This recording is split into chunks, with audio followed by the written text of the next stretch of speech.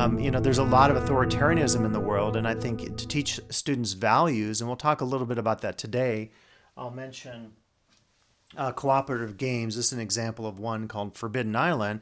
And one of the points of Cooperative Games is that it's kind of the opposite of Monopoly, where you're trying to win and just, you accumulate all the wealth in Monopoly, talk about an econ class, supply and demand, and then usually someone else loses miserably and they land on Park Place with its 10 condos or whatever, and you have to pay 20,000 and you only have 1,500 left or something. So cooperative gaming is trying to teach, if you use it educationally, teach students skills of teamwork and working together. So the second reading I'll send out will be focused on this concept. So I think, Tuesdays will be an interesting conversation. We can also talk about how in classes, we could stress things like service learning. Civic engagement doesn't just have to relate to people going to the polls or volunteering for a cause. It could be, working out in a community and doing something with environmentalism or a homeless shelter or something like that. So I think it's a good timely topic, obviously, for election coming up and so forth.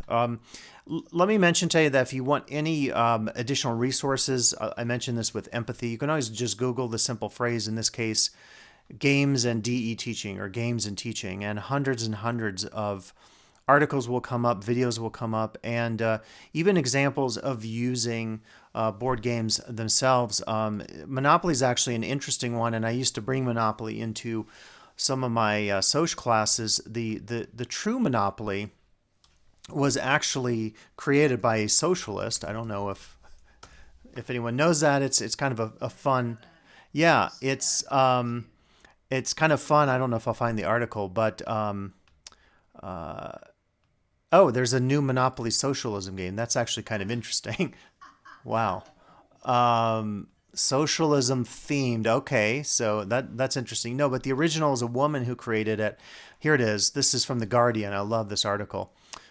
Lizzie Maggie created this back in the day, and specifically trying to teach people principles of fairness and how, this idea of accumulation of wealth is not a great thing for everybody. It's a great thing for a few people. So the game of Monopoly obviously teaches this valuable message that accumulation of wealth happens, at least in a capitalist culture like the U.S., in such a way that very few people own the wealth. And, Zuckerberg and all the, rich guys who own Facebook and Amazon, of course, their wealth has increased thousands of percent over this pandemic. And most people, particularly in service industry and other areas, they've gone way below their standard of living.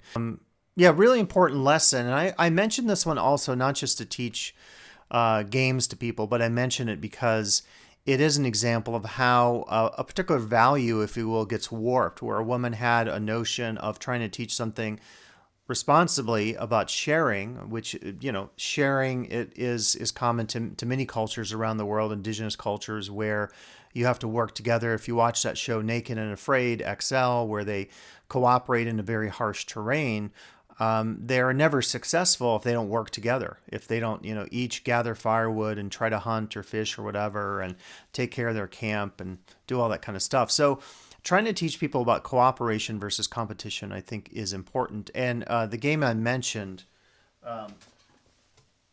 is one of actually... my wife, who used to teach K-12, would teach this in her gifted and talented classes. It's called Forbidden Island. And what's cool about this genre of games, it's pretty simple. You have playing pieces that you work with, like any game. There's a small map, and then you have a series of cards that have different functions. And then over time, you work with these pieces that are on the board, and they're different locations, kind of mythical locations. The cliffs of Abaddon, the Crimson Forest, and so forth. And what's really cool about the game is either everybody wins playing it or everybody loses. And it's actually one of the most exciting games I've played. And when we were working with young people, we're trying to really get them to follow the rules and work together. And it's super hard. And there are different things that happen in the game with this level of water. And over time, these artifacts then get underwater, and you can't win the game if you don't collect the artifacts. But what's really important about cooperative gaming is that it's stressing, not like Monopoly, one person wins and everyone else loses badly, but the team of people can only win together if they work together. And that's really, I think, one of the themes potentially of using games in your classes, and they could be simulations as well, is to teach certain skills or values. And so one value that you could teach is, of course, cooperation and team building and so forth. The anthropologist in me would say that we live in a society where the emphasis is not a lot on cooperation. It's on competition. It's on, doing better than the other person, often in a way where you humiliate them. There's a lot of, media, obviously, that deals with this.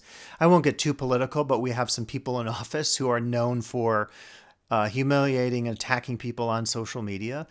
So it's, I think, a timely opportunity to say, we can use games of various sorts in classes to teach skills. And so if I was doing a face-to-face class, and I have some other kind of nerdy board games in addition to Forbidden Island. I have a game called Ideology, the War of Ideas, and it's really hard to play, but you play the different ideologies. So one is a capitalist, another person plays as a Marxist, another is playing I forget the other ideologies out there. I think even fascism is there. And the idea is to teach people through simulation about ideology. I have another game that is a religion-based game, which I've actually shared with my religion class. We haven't played it, but you play a different religion. So one person plays Catholicism and their player piece is Moses. Another person is playing, I forget, some Indian deity, Ganesh, and they have, an elephant figure or something like that. So games can be actually a great way to teach concepts if they literally deal with something that you're teaching, like Monopoly could be used in an econ class, of course, or you could just use them to teach skill sets. If you're teaching people like Solange, both in the music and audio industry, the film industry, there's a ton of teamwork and there's a ton of complementarity between the different parts. So, if people are working in a band or if people are working in a studio, it's surprising to think of in how many industries and workplaces, something as simple as cooperation is valued and how we could teach that using something like board games or any kind of game. I've also mentioned serious games. So serious gaming is specifically referencing the work of people who are trying to get video games to be used because video games are so immersive. People are excited about video games, but could you use those in such a way that you get people focused on, say, environmental concerns? And this is just the entry on Wikipedia for serious games, but there's a lot of different applications of this. So people who are trying to teach environmentalism often will use a serious game where people have to strategize dealing with the oil crisis or something like this, or the movement away from fossil fuels, which came up in the last Biden-Trump debate. And it's kind of interesting how, it seems like the GOP is playing the we still love fossil fuels and Biden was playing the no, we want alternative energy. So it's certainly a controversial game or a controversial topic and controversial topic to engage in the world of gaming. But the idea behind serious gaming is that you would take a serious topic and engage people because games are so engaging and immersive in a game version of whatever that topic is. And simulations are another example of where, with pandemics, there's a really good game actually called Pandemic that is made by it's either the same company or same author, I'm forgetting, as Forbidden Island. But Pandemic is a cooperative game, and the goal is to defeat the pandemic. And what's cool in playing the game Pandemic is it uses kind of exponential math. And so over time, as more and more people get infected, you are less and less likely to win the game because the whole game strategizes on a world map, trying to cut off the route and the transmission of the virus. And we probably don't want to play that right now because of COVID, but it's another great game that really stresses two things: cooperation. Again, the team wins or loses alone.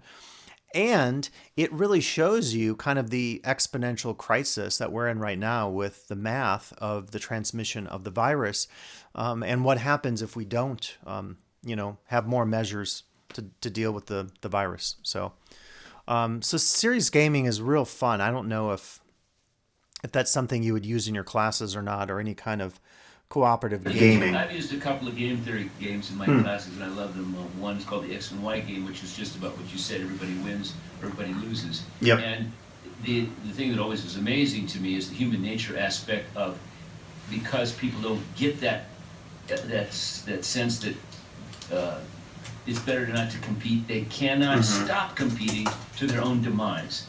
And that generally happened. They never won this game in my class. They never could get it together. The other one is the Oligopoly Game, which is a similar game. I do get them to price fix at one point, but it involves the prisoner's dilemma a little bit, but I can't figure out how to do it. You know, it requires me having 4 groups in a classroom, and they all, are bidding how many quantity to produce in a given month.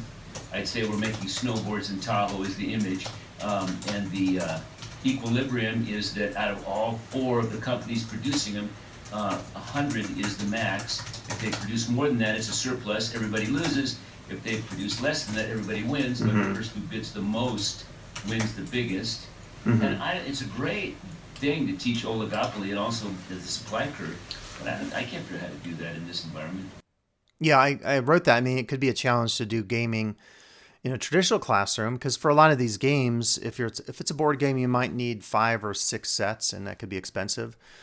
Virtually, it'd be really hard. Like to show you this game right now, I could do it, but I'd have to move my camera. I'd have to adjust the lighting, and then if you're all going to play together, that could be really tricky to do. So yeah, something like that might be hard, and that's why using something that's preset, an internet-based game or a simulation. Labster is kind of a good one, which some of you may have seen.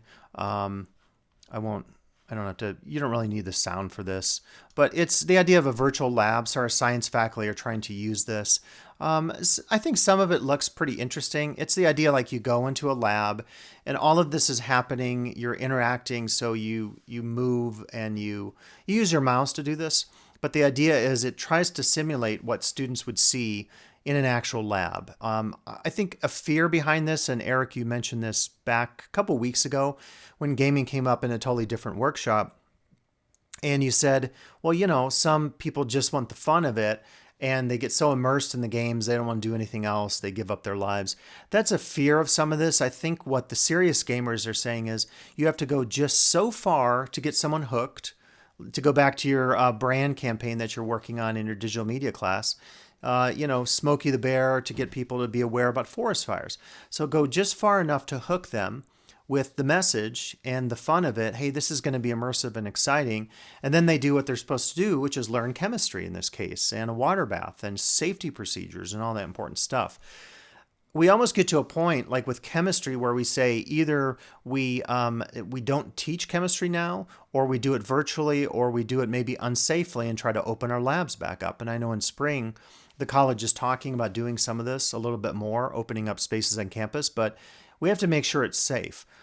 So this is not the same experience as obviously doing a chemical experiment in a lab setting, but it's better than not doing it at all, which is what I would argue for. So the virtual version of this could be a good alternative for the moment.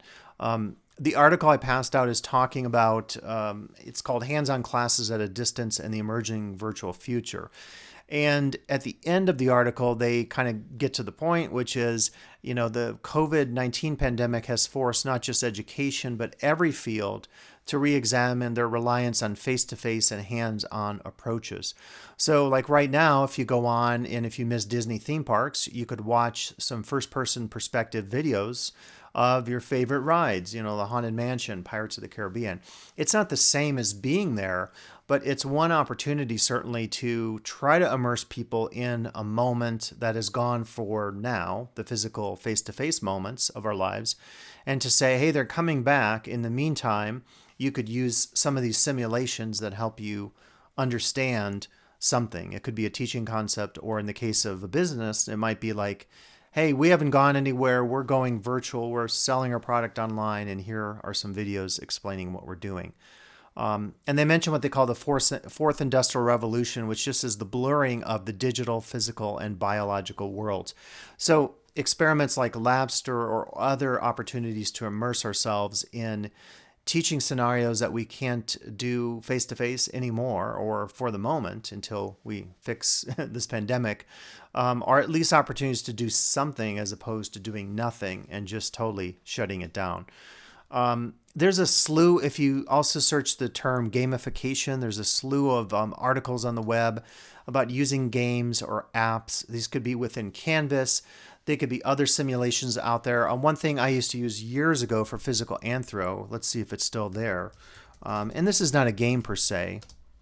It's a website that at the time when I was teaching back in like the mid 2000s, when this was out, this was flash technology. It was pretty cutting edge. Today it doesn't look as great, but the idea behind it is that you could click on fossil finds, and you can click on early humans, hominins, and it's not showing me what I want, but it allows you to three-dimensionally see the shapes of the casts of the skulls that we would normally, see a flat image of. And what's cool about it is, and I can't find the darn thing, but you can actually kind of scroll around with your mouse, and it gives you like a three-dimensional perspective on our early human ancestors. Again, it's very old now. When this came out, it was really cutting edge. So the one challenge I think with gaming and interactive and immersive resources is finding stuff that will engage students, right? Will teach the material you want to teach, but also maybe bring them into it because there's something immersive and exciting about games and apps and new technology. And some of these you can always explore. Again, if you go to your Canvas class and you click on settings, a lot of apps are available. I don't use 99% of these. I don't know if you do, but you can always look for something that might be interesting for you. If there's something that's freely available and we can load it onto the site, Treva or I could help with that for sure. But there's a lot available, so I certainly would say if there's something that's going to make your class more immersive and interesting and still teach the concepts you want to teach, what do you really have to lose? It takes time to learn a lot of this stuff, of course, to play with it, but it could have some real benefits in the long term in terms of connecting our students with more of these opportunities.